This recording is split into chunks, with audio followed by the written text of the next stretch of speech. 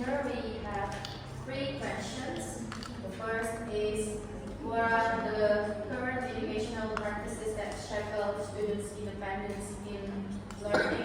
By looking at the educational journey national before independence and after independence. And then the second one, are the current education models that you see able to release the shackles that hasn't yet freed the students? And then the last one is, what do you offer as an education model that can release the shackles and free the students? The first question will be answered by Eve. Okay, I will answer the first questions. First, in the discussion, there is still a point that still being a challenge to overcome. According to us, that is pemerataan pendidikan.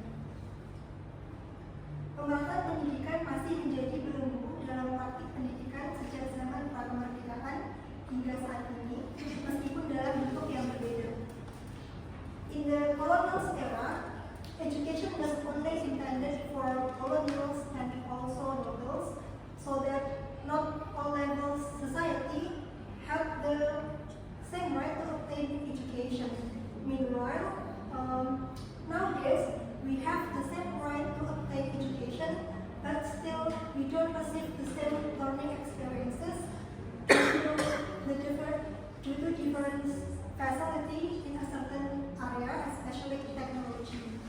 And we know that nowadays technology is very important to face globalization era, especially in the educational sector. But unfortunately, not all students have tools to support e-learning, and also as we realize that not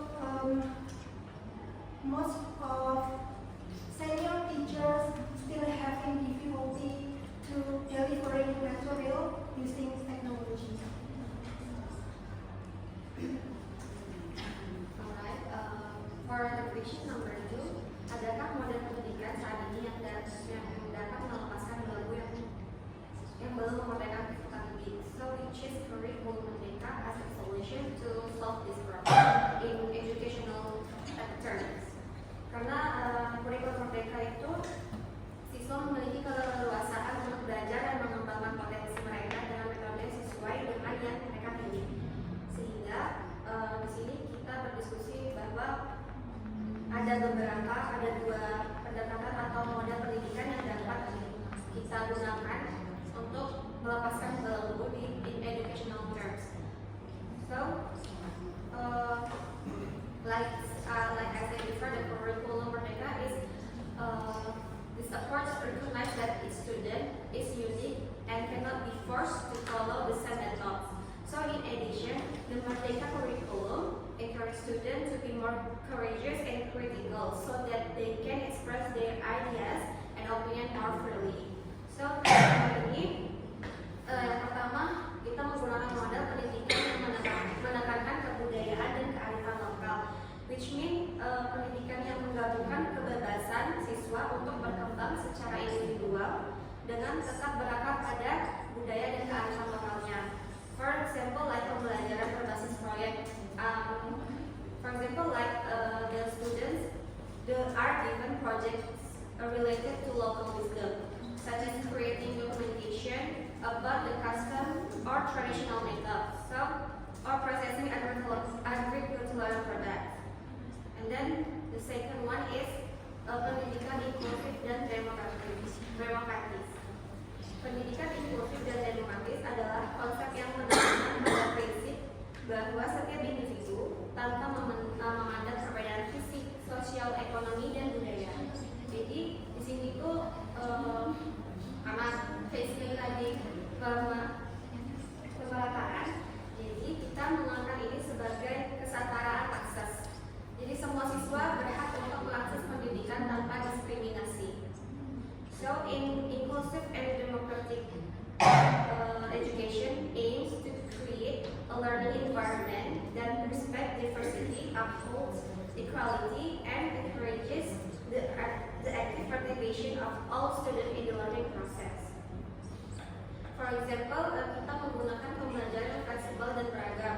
Contohnya seperti the teachers provide a variety of teaching methods such as visual, auditory, and kinesthetic, and that enables students with various needs. Like I said, that curriculum Merdeka custom students that can use models freely. Next explanation will be explained by Fanny. And then the last question here, from what we have discussed on the second questions, we can conclude what we can offer as an education model that can release the shackles and free students.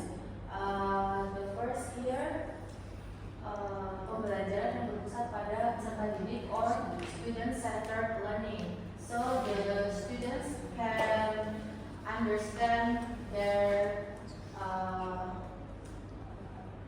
own understanding, and then beside that, the teacher also need to prepare and practice the students not only their knowledge but also their skills that they need on their lives.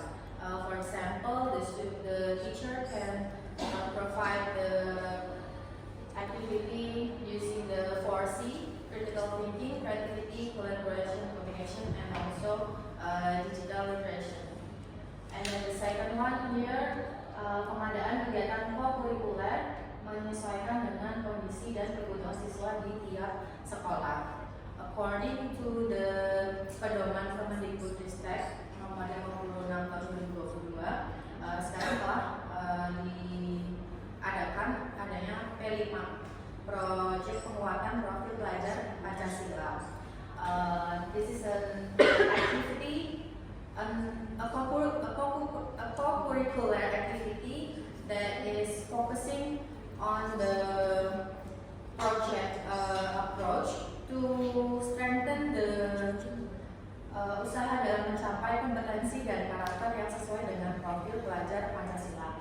Tentunya kegiatan co-curricular ini juga disesuaikan dengan kebutuhan dan kondisi di tiap sekolah yang pasti berbeda-beda antara satu tempat dan tempat yang lain.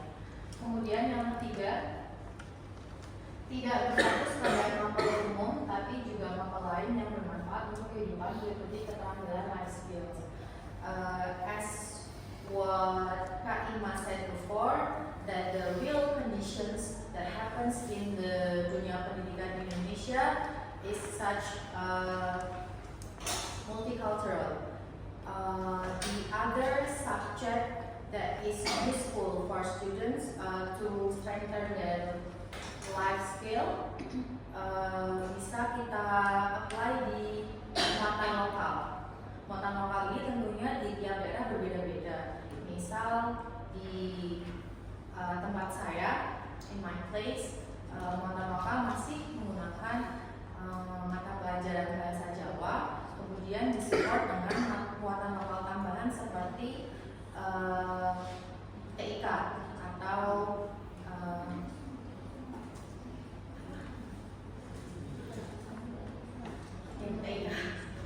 tapi di tempat lain bisa saja berbeda ketika daerah tersebut belum terjamah, misal dengan internet, di mana mereka belum bisa memberikan muatan lokal berupa TIK itu. I think that's all we can say for today. Alright, go to the first slide. Okay. I don't really get the idea of this point, educational equity. Could you please re-explain? Educational equity here means pemerataan pendidikan.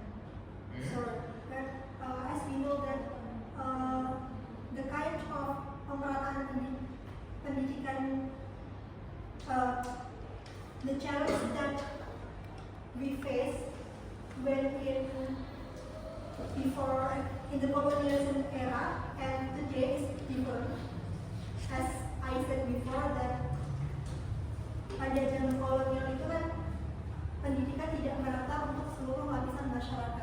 Sedangkan hari ini semua masyarakat berhak mendapatkan pendidikan yang sama, namun belum merasakan pengalaman pembelajaran yang sama. Alright. Iya. Okay. Okay, the second one, please.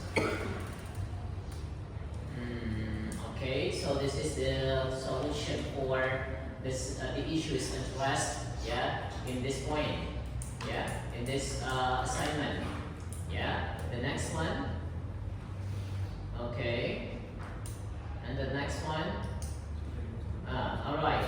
Actually, one thing that I want you to, I want this group to improve is the use of English, yeah, the use of English. The percentage of the use of Bahasa Indonesia and also Bahasa Inggris, yeah.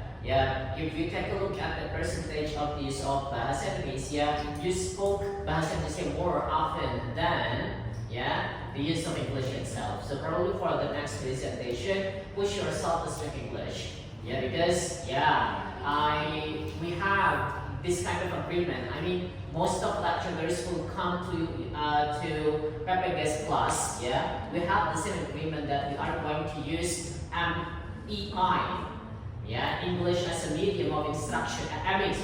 EMI, English as a medium of our instruction, because we need to prepare you to be professional English teacher. So just push yourself, just push yourself. But all right, you may end up your presentation.